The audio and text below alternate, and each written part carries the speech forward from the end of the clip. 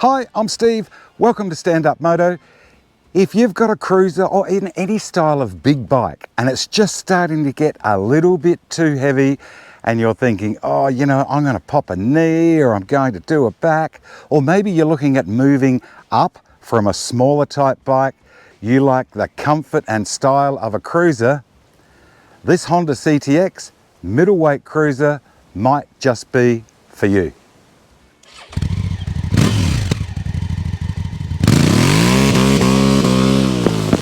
If you're a new viewer, welcome. If you're a return viewer, welcome back. And if you are a new viewer, please consider subscribing and giving us the thumbs up. It all helps the channel. What I want to do with this CTX 700 today is a pretty comprehensive review. I'll have it on the windy twisties. We'll check out the brakes. We'll do an acceleration test, put it on the freeway, try and spend time with it as if you are living with this motorcycle. And I can tell you after a month of riding this bike, this is probably one of the most surprising reviews I have ever done. It is a little ripper. So we'll start by having a look at the motor and its horsepowers, etc., and then move our way through the features of the bike. Powering the CTX is a 670cc. It's a 4-stroke motor. It's a parallel twin, so 2 pistons next to each other. It's a single overhead cam, 4 valves per cylinder, so it breathes really well. It produces about 51 horsepower, a little over. Doesn't sound like an enormous amount, does it? But it's not a heavy bike. And it's an undersquare motor, which means the stroke of this motor is longer than what the cylinder diameter is. So it's not one of those super high revving motors, but it'll give you 62 Newton meters of torque.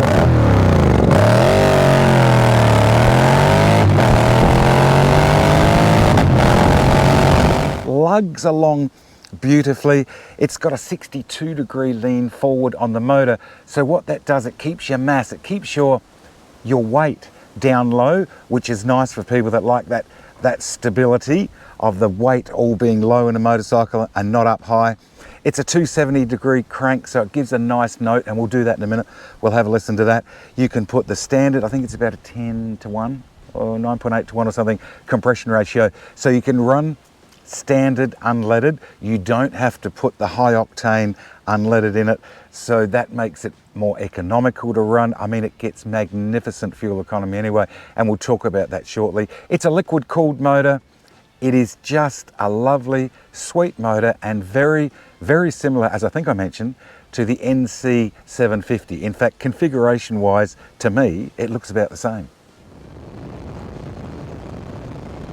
One of the big things I found with this bike, and I guess it shouldn't be any surprise, is how good the brakes are. It is very, very similar to what the NC 750 was. It pulls up this bike, although it's not that heavy, it pulls it up really well. So let's have a look at the brakes and the suspension. Front forks, 41mm telescopic, right way up with about 120mm, that's about 4.5 inches of travel, more than adequate for this bike. In fact, really, really good for a bike of this size and weight. You've got a 320mm front brake rotor. It's a waved rotor, as you can see, with the ABS ring. I reckon that looks identical to what's on the NC 750. Nissan 3-pot calipers, they're good. In fact, the braking on this bike is just amazing. I used to have a what was that, VT 750 Shadow years ago, and it would outbrake that 10:1. It is so good on the brakes. Front wheel is a cast alloy. It's a 17-inch 120/70, and it's just nice. 17, looks bigger than that, doesn't it? The owner of this bike has put Pirelli Gran Turismos on it, and they are just right for this bike. In fact, it is so surprising. You do not expect a cruiser to handle as well as this bike does. Getting along at 60 mile an hour or 100 kilometers per hour, and I'll hit the brakes and bring it to a full stop.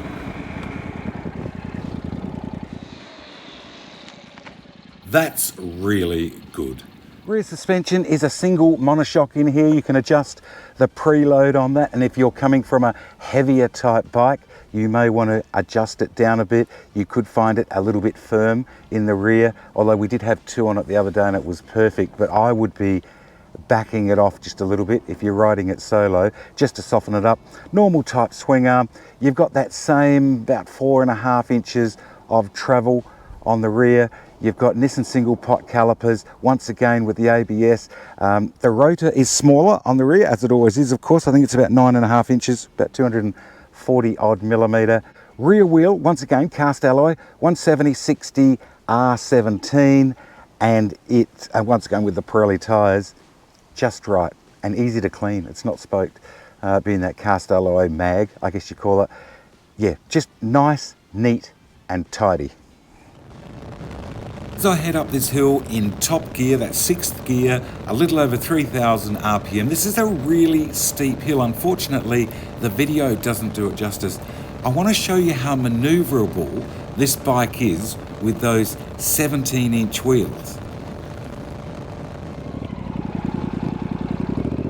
Honda have got the chassis dynamics really good on this. It's got a 27-degree rake on those front forks.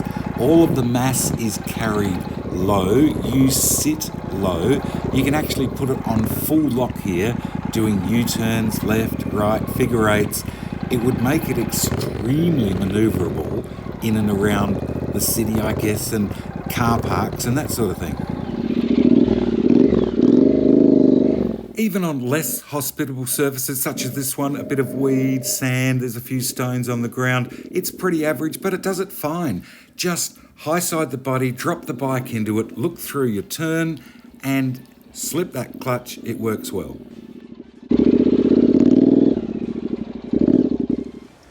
Six-speed gearbox. This one is a manual. You can get it in DCT, which is the auto style shifting. I haven't ridden a DCT one. I'm sure it will be fine. I did a review on an Africa Twin a while ago with DCT. Totally changed my views on DCT. After riding one, I think they would be nice as well. But this one is a manual, 6-speed as I mentioned, wet multi-plate clutch. There's nothing to really do here. The foot pegs, of course, being a cruiser, are forward mounted. So you would normally be back here on a normal naked, I guess we'll call it, with a bend in your knees like this. This one is very relaxed. Your feet are out the front, changing your gears.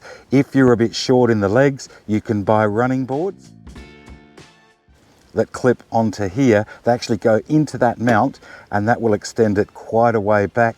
That could be handy if that's your issue. They're up nice and high for a cruiser. You can get this bike over on a pretty severe angle before you start touching it, which is good. So this is coming off a freeway exit here, and those that are familiar with cruisers would know that normally on this angle you would be dragging the pegs.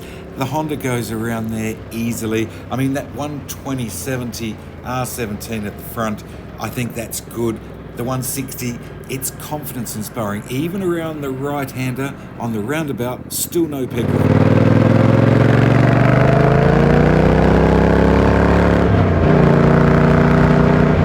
I like what Honda have done here with, you can see the radiator in there because it's liquid cooled as we mentioned, but they've put this nice plastic fairing type work on it. I guess you could take it off if it's not your style, but it's also neat and tidy. It encases everything and it gives it a style and a look all of its own.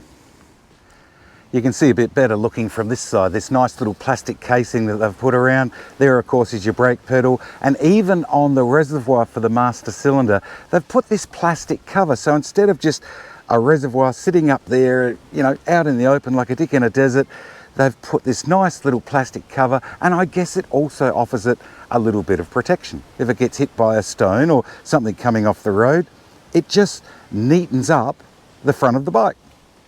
You can see it again here where instead of just your clutch lever, I mean your lever's up there, isn't it? But the crank coming down here, cable clutch by the way, not hydraulic, so you haven't got any bleeding issues to do. But you can see how neat, they've just put this little cover over here. I'm trying to think of another bike that has a neat little cover like that over it. The front cover comes right back through to here. There's your dipstick. Unfortunately, no oil window. As you know, if you've watched my previous videos, I like an oil window, but dipstick there, check your oil level. Pretty straightforward, but you do.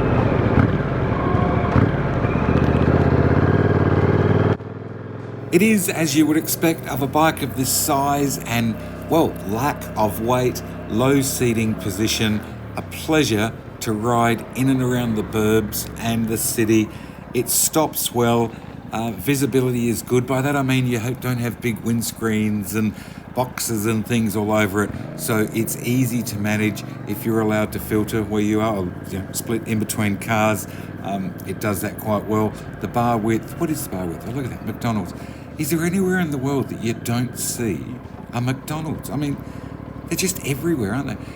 But yeah, easy to live with. It would be nice to maybe have some panniers on the back to put some storage stuff in, but that's okay. What is fuel at the moment? 215.9 a litre. There you go. That's December 2023. That's the price in Oz.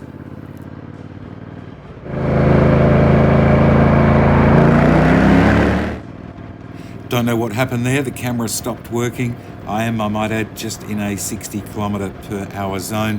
But that 270 degree crank, it sounds very V20, doesn't it, when you open the throttle?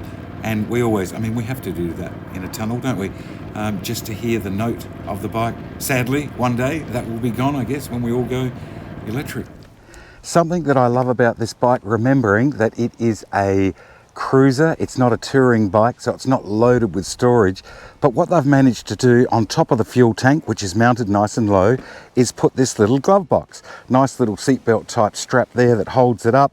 The fuel cap, not that it needs to be, but Honda have put a nice chrome fuel cap in here, and they've put this little cubby hole here, which is nice. I mean, it's not enormous, and you can put a pair of glasses in there. That's my glasses case down in there. I've got an iPhone 13. Will that fit in there? Yeah, look, that fits in.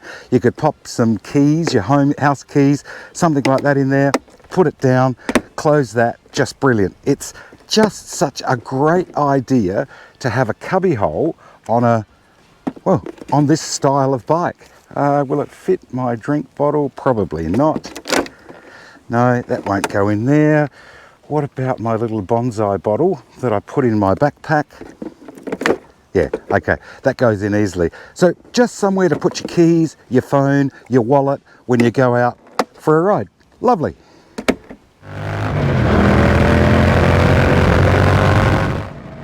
As far as on the freeway, motorway, interstate, whatever you want to call it, yeah, look, good as gold. You can sit along at this, I'm just shy of 70 mile an hour here, 110 kilometers per hour, as you can see, and it's revving a whisker over 3,000 RPM. So you're getting that great fuel economy, which is terrific when we look at the price of fuel, of course.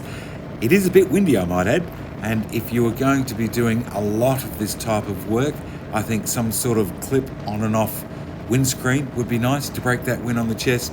But yeah, good as gold. It handles freeways easily. And I think a lot of that is down to its 6-speed box. My old Shadow that I mentioned before only had a 5-speeder and it was revving pretty hard up here.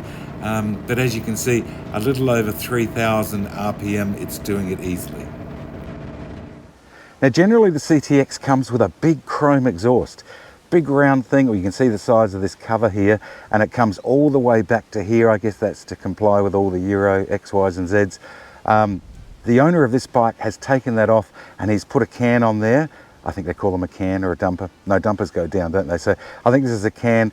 It's got a lovely note, and of course it would lose several kilograms or multiple pounds of weight by taking that big chrome exhaust off. It's got the baffle in there. It still sounds good with the baffle, but when we do the mandatory sound test in a moment, I will take that baffle out and have a listen to it. It really sounds good. Couple of little strap down, tie down points here that I guess if you're putting something over the back of your seat with Oki straps on, but I'm going to show you, you can see these two little hatches here. Oh, we can see one, can't you? There's one on the other side. I'll show you what they're all about. A very neat, tidy addition that Honda has put on this bike. I know a lot of riders don't like roundabouts, but the CTX goes around here easily. No peg rub, nothing. Simple.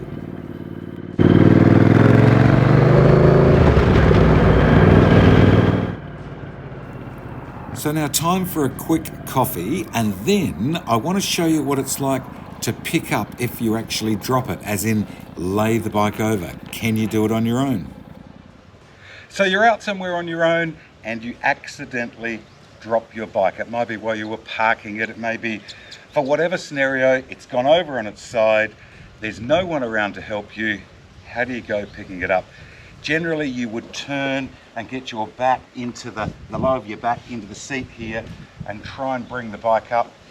There's no need. You can get this bike up solo, really simply just grabbing the bars, pop the front brake on, and just rock it straight up. So I guess if you're into that Sunday morning cruiser ride, going for a scrap up through the hills or the windy twisties with some mates, this bike is a lot of fun. We've spoken about the brakes, but the fact that it's a cruiser, and I've owned several cruisers in my time and ridden many, many more, the fact that you can lay this bike in through the bends, it's a really weird feeling to me, because sitting low in the seat, the bars are at, well, they're not shoulder height, are they? Maybe just a little bit under shoulder height. I'm not used to being able to come in as deep as you can on this bike. If you come in, and we've all done it, you come in a little bit hot into a bend and you go, oh, I'm not going to make this. You've got to stand the bike up and hit the brakes, risk going on the opposite side of the road. The CTX, you can just pull it down and drop it way lower than you should be able to do on a cruiser. It's good. I mean, you may even surprise a few other bikes, I'm sure, because they wouldn't be expecting a cruiser to be able to run this hard through the hills, obeying all the limits, of course. This probably looks weird to you if you're in the US, because I'm on the opposite side of the road, but that's what we do down here in Oz. The dashboard, instrument panel, whatever you want to call it, simple as. Your standard warning lights across the top here. You have a clock there, 3:43. There's no temperature gauge, but I can tell you it's about 35 degrees Celsius at the moment, which is about 95 Fahrenheit. It's fairly warm here, hence the reason I'm down under the trees. Total kilometres, 15,756. That would be probably about just shy of 10,000 mile. And simple, trip A, trip B, back to your odometer. Fuel gauge here, you can see the tachometer across the top here, and interestingly, you know, I was talking about that long stroke, low revving, torquey type motor. It redlines at 6,500 RPM. It is not a screamer, it's just lovely. ABS light, and of course oil warning light, neutral light, and if I flick the indicators, 1, 2, everything is easy to see. That is not back here on the fuel tank where you've got to constantly look down. It's in your field of view. And the mandatory sound check.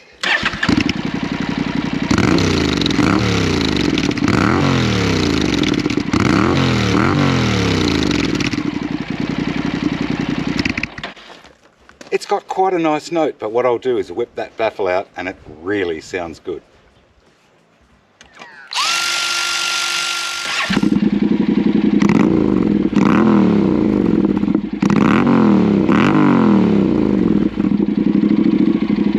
Down the back here, chain guard, of course, it's a chain drive, so you will have to lube a chain. If you don't mind doing chains, you can either put it onto a pit type stand, or I did have a look on the computer and you can buy a center stand for one of these. Pretty unusual for a cruiser, but you can buy yourself a center stand to lube the chain, or just do the old wheeling it forward. Pretty simple. There's just nothing hard about this bike. So what about the all-important fuel economy?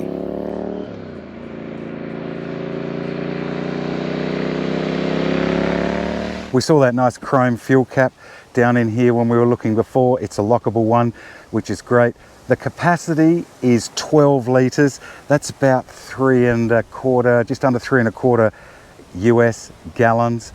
That gave me, well, the other day I went, as I said, 2 hours one way, 2 hours the other.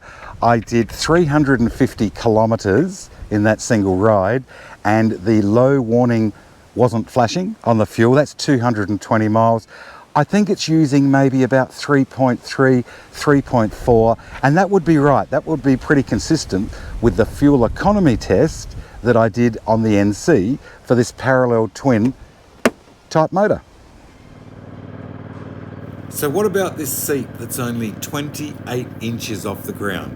What's it like comfort-wise? Now, if comfort is your thing, you're going to love this seat. Apart from the fact it's low, it's only 28 inches off the deck, so you can be flat-footed even if you're really short in the legs. But have a look at the width. Put the tape measure there and here, and it is 16.5 inches in width. That's 420 mil. Go and measure your bike that you've got now. That's an enormous seat. It is so comfortable to sit in. And initially I thought the rear seat maybe didn't look so comfortable. It's because this one is so wide. It's fine sitting on the back. Even the side, the rear seat measures 10.5 inches. What's that? 270 mil. It's a really good seating position. And of course, because you sit down in the seat, when I say it's 28 inches, it's 28 inches as it sits. Once you're on the bike and the bike compresses, it's even lower, and it gives you like this little backrest on here. It's great. So the dimensions on the bike, wheel base wise, so that's center of the front axle to center of the rear axle, 60 inches, or a little over 60 inches, or 1525 millimeters. The overall length of the bike is 86.5 inches. That's 2,200 millimeters. It's a fairly long bike, but that stays pretty standard with being a cruiser. Indicators, left, right, or the opposite way around, I guess, if you're watching this. Brake light, nice LED brake light. They are still globes on the indicators, which surprises me that they didn't put LEDs in there, but yeah, and there's your hazards. We spoke about how comfortable the seat is to ride, but here's a good little thing here, and I'll just put, there's a keyhole at the back, pop the key in, turn it, you lift there and just slide the seat back, and off she comes.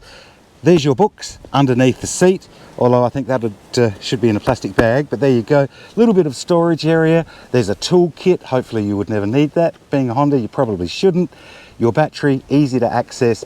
A little strap here, I'm not sure what that's for, putting something under. There's a little helmet hook here, so you would put the strap of your helmet through there, hang it out. There's a little rubber thing on there so you don't chafe your chin strap, and put your seat back on. But what I touched on earlier, these little plastic panels here, they unscrew from the inside, and pannier mounts are already fitted to the bike.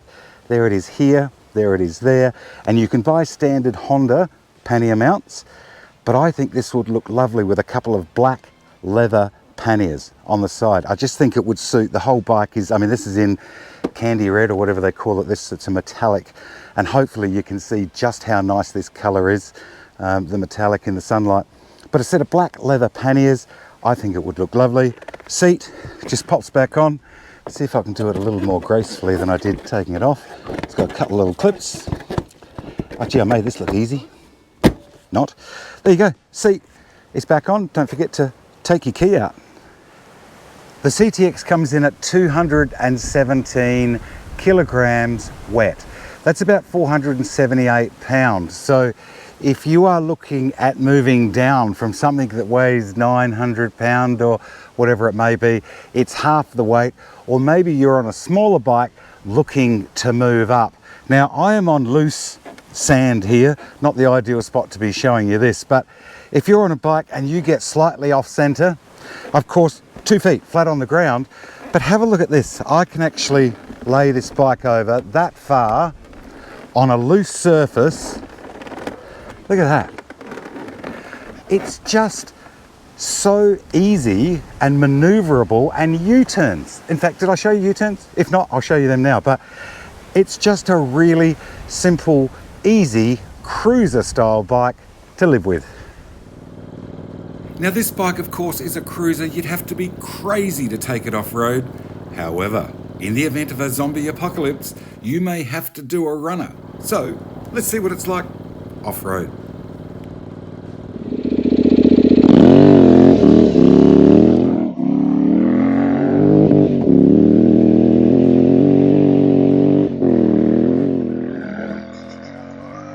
Even with dedicated road tyres, you can still get the power to the ground. I mean, you just need to ride sensibly, he says. But watch your clearance, pick your lines through the terrain. It's actually quite good. You're sitting low, right down low in the seat. I've got my feet on the pegs and just wheeled your way through. Now, this is quite rocky, so I would pick my way through, make sure, of course, that I'm not going to bottom the bike out.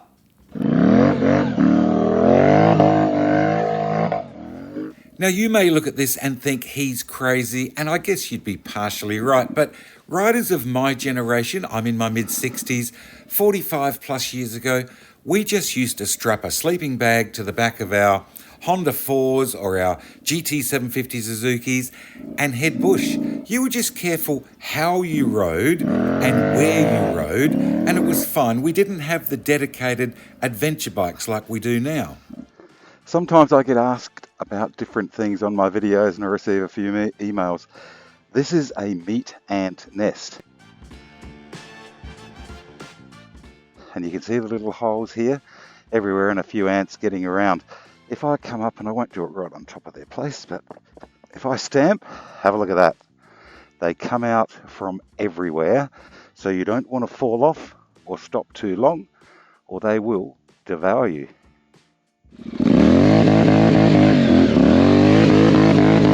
So my final thoughts on the Honda CTX 700.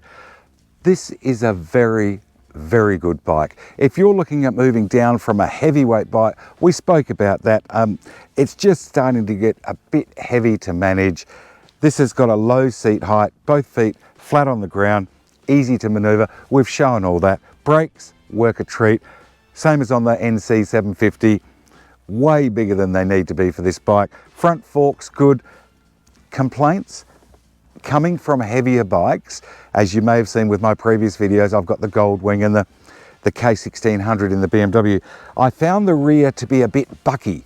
I would be winding the preload down on that rear shocker just to soften it up in the rear. The owner of this bike has got it up fairly tall, probably because they spend a lot of time two up.